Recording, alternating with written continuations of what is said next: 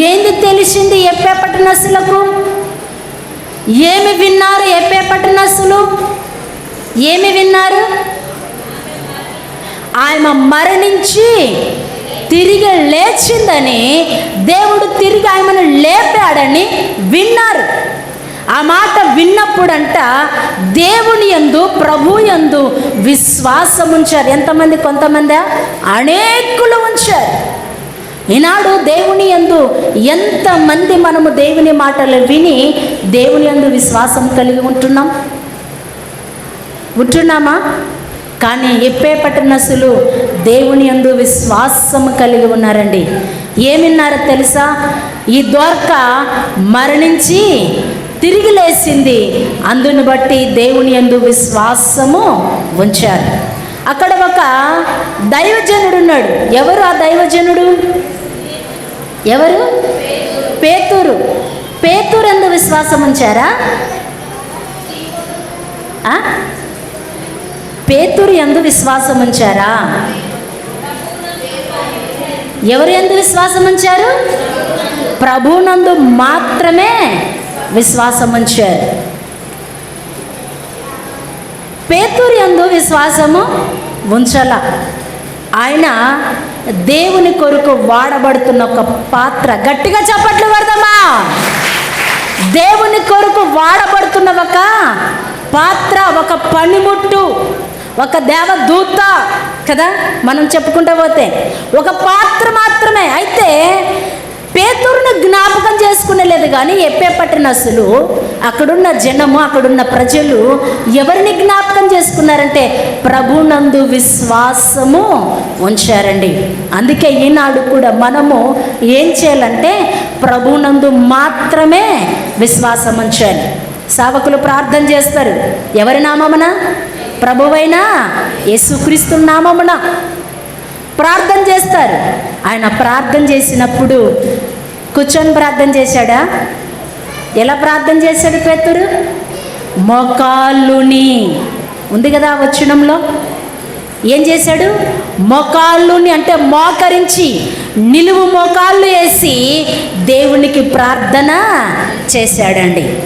ప్రార్థన అంటే ఈనాడు చాలా నిర్లక్ష్యం. ఎంతసేపు చేస్తారు ప్రార్థన, ఎంత గంటలు చేస్తారు ప్రార్థన అని విసుక్కుంటారు. చాలా విసుక్కుంటారు, స్త్రీలు కానీ పురుషులు కానీ.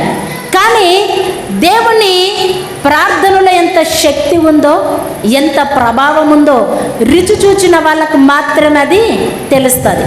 రుచి చూడని వాళ్ళకు తెలియదు. క్రొవ్వు మెదడు తిన్న వాళ్ళకే మాత్రమే అది దాని టేస్ట్ ఏందో తెలుస్తుంది.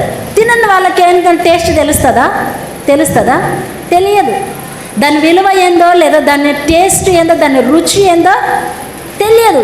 అది తిని రుచి చూస్తేనే తెలుస్తుంది. అందుకే యేసుక్రీస్తు నామమున ప్రార్థన చేస్తే, ప్రభువైన దేవుని పాదములు పట్టుకొని మోకరించి ఆ ప్రార్థనను రుచి తెలిస్తేనే ఆ ప్రార్థన ఎంత విలువైనదో తెలుస్తుంది. ప్రార్థన విలువ లేని వారికి, లేదా ప్రార్థనలో అనుభవం లేని వారికి, ప్రార్థన రుచి చూడని వారికి ఎంతసేపు అయిందండి, ఇంతసేపు చేసిరి, అంతసేపు చేసిరి అని సనుక్కుంటూ గునుక్కుంటూ ఉంటారు. అంటే దీనికి అర్థం ఏంటి? వాళ్ళకు ప్రార్థన అనుభవము లేదు, ప్రార్థన రుచి తెలియదు, అందులో లోతైన మర్మము తెలియదు, అందులో అనుభవించే శక్తి తెలియదు. అందుకే ఆ మాట మాట్లాడతారు. అందుకే పేతురు మోకరించి ప్రార్థన చేయగా తబిత దేవుడు ఏం చేసినాడు? మరణములో నుంచి జీవమునకు దాటించాడు. దేవునికి స్తోత్రం కలుగును గాక. ఆ మాట విని ఎప్పే ప్రజలందరూ ప్రభు తట్టు తిరిగి విశ్వాసము కలిగి బ్రతికారండి. ఈనాడు నీ నా జీవితంలో విశ్వాసం లేక కొట్టుమిట్టులాడుతున్నావా సహోదరి? జ్ఞాపకం చేసుకో. అవిశ్వాసంతో ఉన్నావా? నిర్లక్ష్యంగా ఉన్నావా?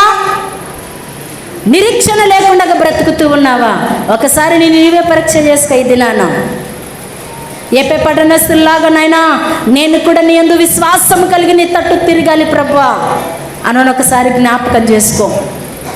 ఎలాగుంటున్నామో, ఎలాగ బ్రతుకుతూ ఉన్నామో చూడండి. ఒక మాట చూద్దాం పరిశుద్ధ గ్రంథముల నుంచి. పరిశుద్ధ గ్రంథముల నుంచి అపోస్తుల కార్యముల గ్రంథం 16వ అధ్యాయము. అపోస్తుల కార్యముల గ్రంథం 16వ అధ్యాయము 30-31 వచనాలు. వారిని వెలుపలికి తీసుకొని వచ్చి, అయ్యలారా, రక్షణ పొందుటకు నేనేమి చేయవలెను? అందుకు వారు, ప్రభువైన యేసుక్రీస్తునందు విశ్వాసముంచుము, అప్పుడు నీవును నీ ఇంటి వారును రక్షణ పొందుదురని చెప్పాను. గట్టిగా చప్పట్లు కొట్టి దేవుని మహిమ పడతామా? దేవునికి స్తోత్రం కలుగునుగాక. ఇక్కడ ఎవరు మాట్లాడుతున్నారో తెలుసా? ఎవరు మాట్లాడుతున్నారు? అపోస్తలుడైన పౌలు మాట్లాడుతున్న మాటలు ఇవి. ఏమని మాట్లాడుతున్నారో తెలుసా? అయ్యా, మేము ఏం చేయాలా అన్నాడు. ఎవరన్నారు ఈ మాట? ఎవరన్నారు? 30వ వచనంలో మరొకసారి నేను చదువుతాను, వినండి.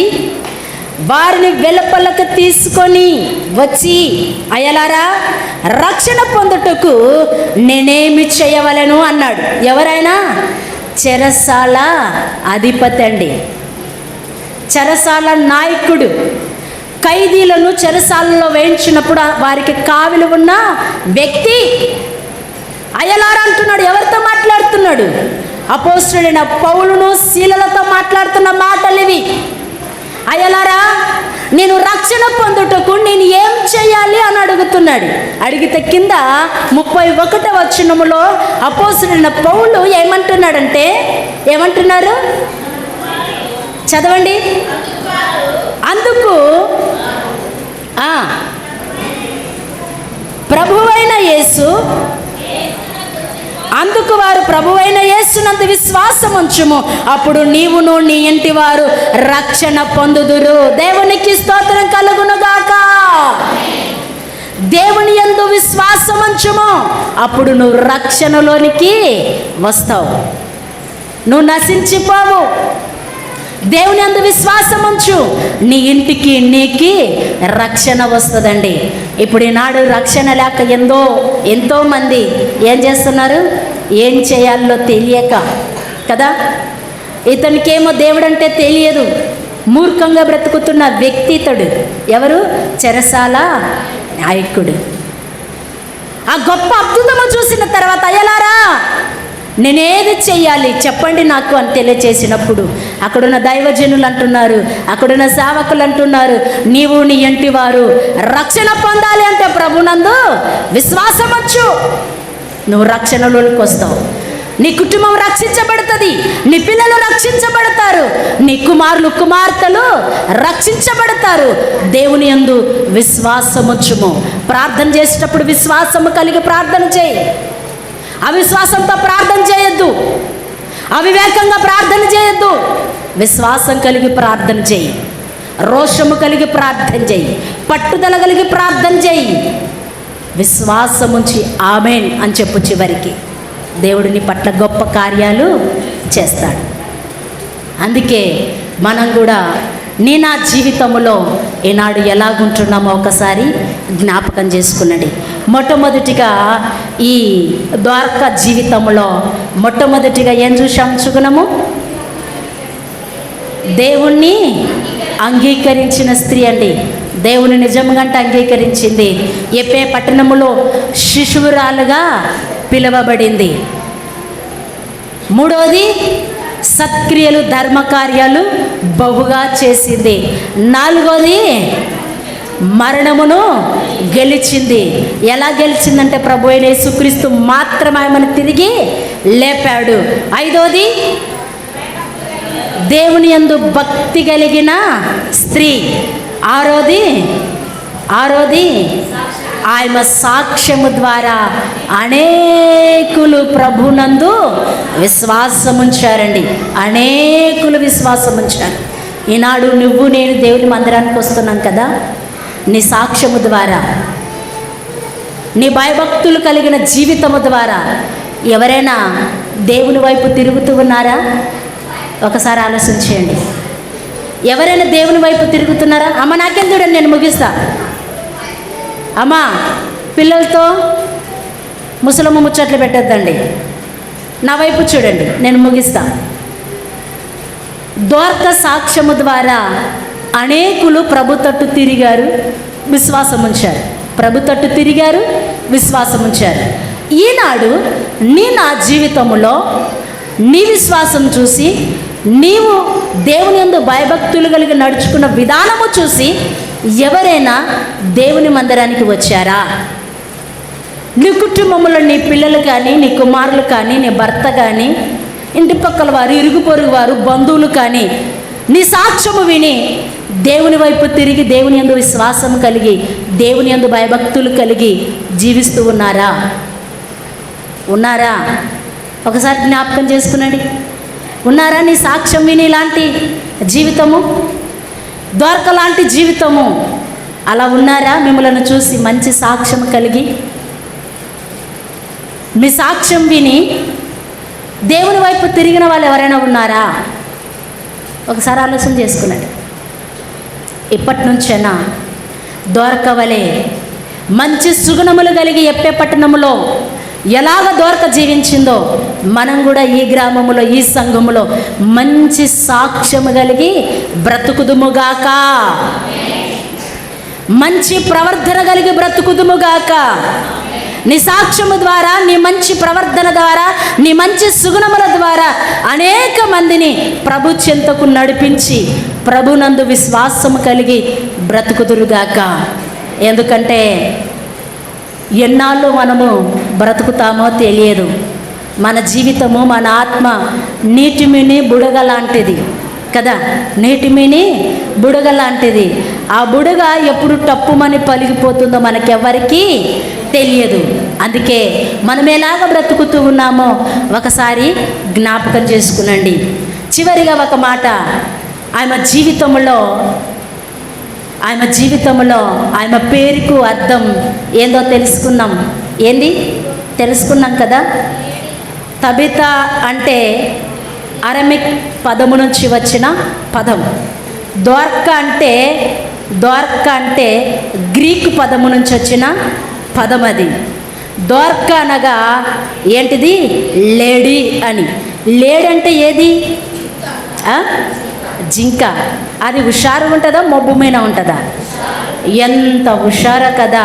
ఈ ద్వారక కూడా అంత సురుకుతనముతో ఎప్పే పట్టణములో బ్రతికిందండి. అంత సురుకుతనముతో బ్రతికింది. ఈనాడు నువ్వు నేను ఎలా సురుకుతనం ఉంటున్నాం? మందిరంలోకి వచ్చేపరికి ఏమొస్తుందో తెలుసా? ఆవలింపులు, నిద్రలు, సురుకుతనం ఉన్నట్టు. నేనా అమ్మ పగలంతా కష్టపడి పని చేసి వచ్చామమ్మ మేము అంటారా? మంచిదే, నేను కాదనను. కష్టపడి పని చేసి వచ్చావు, నేను లేదనను. కానీ ఒక గంట అయినా మేల్కొనలేరా? దేవుడు అన్నాడు కదా, కొండ మీద ప్రార్థన చేసేటప్పుడు వెళ్ళడానికి, గెస్తమైన తోటకి వెళ్ళేటప్పుడు ఒక గంట అయినా మేల్కొని ప్రార్థన చేయలేరా అన్నాడు దేవుడు. ఎవరితో మాట్లాడుతున్నాడు? ఎవరితో? శిశువులతో. మరి రాత్రంతా దేవుడు ఇక్కడ ఉండమని చెప్తున్నాడా మీకు? ఏమా నువ్వెంత టైము దేవునితో సురుకుతనంగా ప్రార్థన చేసావో, సురుకుతనంగా విన్నావో, సురుకుతనంగా భయభక్తులు కలిగి ఉన్నావో అంత లెక్క రాసి పెడతాడు. నువ్వు అనుకుంటున్నావు నన్ను ఎవడు చూడలేలే, పాస్టమ్మ చూసినా వాళ్ళేం మర్చిపోతారు. మేము మర్చిపోవచ్చు, మేము పట్టించుకోకపోవచ్చు. ఒకనాడు నేను లెక్క అడుగుతాడు. దేవుని మందిరంలో ఎంత కునికి నిద్రించిన ఒక యవనస్తుడు ఎంత నుంచి కింద పడి చచ్చిపోయాడు? మేడ. ఎంత మేడ? 3 అంతస్తుల మేడ. అక్కడి నుంచి కునికి నిద్రించి చనిపోయాడు.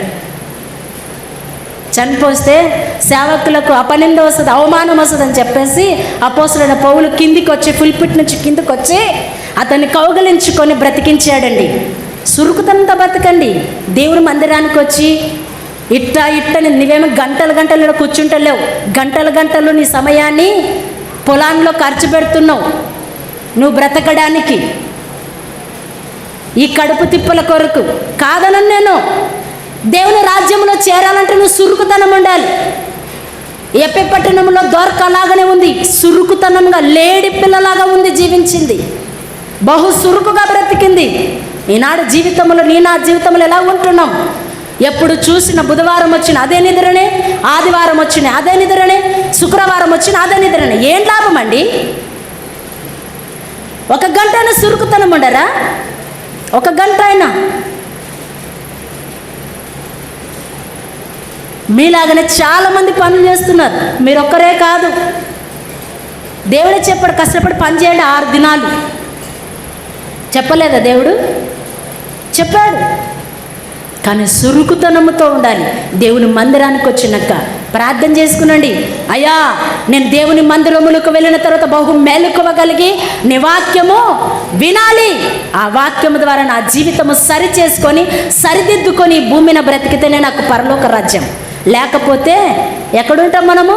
ఆరని అగ్గిని తీరని బాధ, అయ్యో అయ్యోని రొమ్మలు కొట్టుకొని స్థలానికి వెళ్ళవలసిన వారమే. ఎలా బ్రతుకుతున్నాం ఒకసారి జ్ఞాపకం చేసుకునండి. అందుకే ఈ ద్వారకైతే సురుకుతనంతో బ్రతికింది. నువ్వు నేను కూడా దేవుని మందిరంలోకి వచ్చేసరికి సురుకుతనం బ్రతకాలి, సురుకుతనంగా జీవించాలి. దేవుడి పరిశుద్ధ మాటలు మనందరి జీవితంలో దేవుడు దీవించి ఆశీర్వదించి బలపరచునుగాక. ఆమేన్. అందరి తలలోంచి చూద్దాం, కళ్ళు మూసుకుందాం, ప్రార్థన చేసుకుందాం. మహాపరిశుద్ధుడమైన తండ్రి, నీ పాదాల కొందనాలు, స్తోత్రములు, స్తోత్రాలయ్యా. ఇంతవరకు ఈ కూడికను మీరు నడిపించినందుకు నీకే కృతజ్ఞతాస్తుతి స్తోత్రాలు చెల్లిస్తూ ఉన్నాను. అయా దొరక జీవితంలో నా తండ్రి మేము 6 సుగుణములు నేర్చుకునగలిగితిమి. అయా ఆ సుగుణములు మా జీవితంలో ఉండాలని దేవా విశ్వాసము కలిగి భూమి నా ప్రార్థన శక్తి కలిగి బ్రతిక భాగ్యం దయచేయండి. నైనా నీ కొందనములు స్తోత్రాలు. ఆయన సాక్ష్యము విని ఎప్పే పట్టణస్థులందరూ నా తండ్రి ప్రభువా నీ వైపు తిరిగినట్టు విశ్వాసం ఉంచినట్టు చూశాం. మా జీవితాల సాక్ష్యము విని ఎంతమంది నా తండ్రి దేవుని మందిరానికి మేము నడిపిస్తూ ఉన్నాము మా సాక్ష్యము ద్వారా, లేదా మా సాక్ష్యము విని అయా ఎందరూ దేవుని మందిరము నుంచి అయా బయటికి వెళ్ళిపోతున్నారు. ఒకసారి మమ్మల్ని మేము పరీక్షించుకునే భాగ్యం దయచేయండి. నైనా నీ కొందనాలు స్తోత్రాలు. అయా విశ్వాసము కలిగి ఈ భూమిని మేము బ్రతుకుటకు సహాయం చేయమని, వినిన మాటలు వ్యర్థం కాకుండా మా అందరి హృదయాలు నీరు కట్టి ఫలింపచేయమని, నీకు లోబడి నీ యందు భయభక్తులు కలిగి జీవించే కృపను అనుగ్రహించమని యేసుక్రీస్తు నామమున స్తుతించి ప్రార్థించి అడిగి వేడుకుంటున్నాను తండ్రి. ఆమేన్.